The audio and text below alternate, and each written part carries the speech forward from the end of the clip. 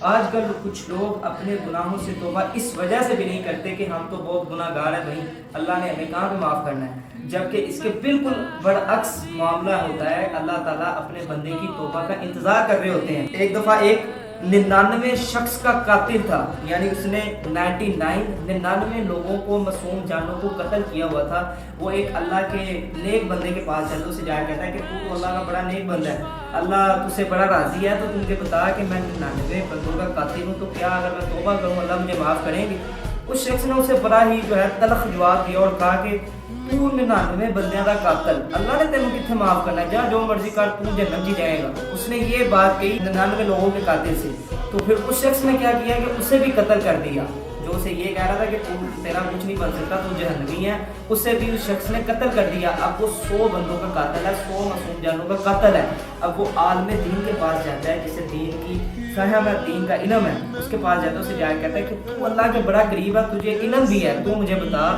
کہ میں نے 100 بندوں کا قتل کیا ہوا ہے، اگر میں توبہ کروں تو اللہ میری توبہ قبول کرے گا۔ وہ بڑا سمجھدار انسان تھا، اس نے اسے کہا کہ تیرے اور تیرے اللہ کے درمیان صرف اور صرف محبت ہے، تو اللہ سے توبہ کر، اللہ تجھے اسی وقت معاف کر دیں گے۔ اللہ نہیں دیکھے گا کہ تو نے اس کے ساتھ شرک کیا ہوا ہے یا تو نے 100 لوگوں کا قتل کیا ہوا ہے، تو صرف توبہ کر، اللہ تیری توبہ ضرور قبول کریں گے۔ لیکن وجہ کیا ہے کہ تو اپنے جو بری تیری صحبت ہے اس سے نکل اور اچھی صحبت کی طرف جا، جو تیری بری بستی ہے اس سے نکل جا اور نیک لوگوں کی بستی میں جا کے توبہ کر۔ وہ شخص نکل پڑتا ہے نیک لوگوں کی بستی کی طرف۔ اب وہ رستے میں جا رہا ہے، اس کا رستے میں ہی اسے موت کا فرشتہ آ جاتا ہے اور اس کی موت ہو جاتی ہے۔ اب دونوں فرشتے آ جاتے ہیں، جو جنت میں لے کے جاتے ہیں اور جو دوزخ میں لے کے جاتے ہیں، دونوں فرشتے آ جاتے ہیں۔ جو جنت میں لے کے جانے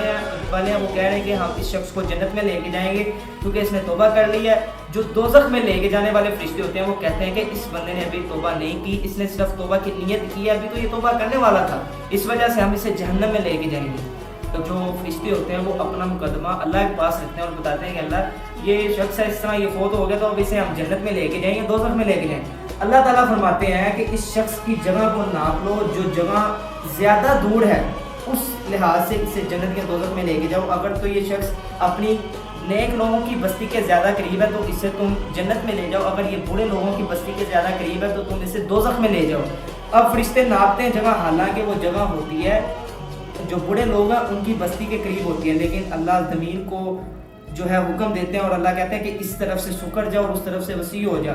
تو وہ جو جگہ ہوتی ہے وہ نیک لوگوں کی طرف قریب ہو جاتی ہے اور جو بد ہوتے ہیں ان سے دور ہو جاتی ہے، اس لیے اسے لے جاتے ہیں جنت کے اندر اور وہ جنت میں جاتا ہے شخص۔ بتانے کا مقصد یہ ہے کہ جو شخص توبہ کرتا ہے اللہ تعالیٰ اس کی توبہ کو ضرور قبول کرتے ہیں، چاہے وہ شخص کتنا بھی گناہ گار ہو، وہ شخص کتنا ہی گناہ کرنے والا ہو، اللہ اس کے گناہوں کو نہیں دیکھتے، اس کی توبہ قبول کر کے اسے جنت میں داخل کر دیتے ہیں۔ اللہ سے دعا ہے کہ اللہ ہمیں بھی اپنے گناہوں سے بچنے کی، اور اگر گناہ ہو جائے تو اس کی توبہ کرنے کی توفیق عطا فرمائے۔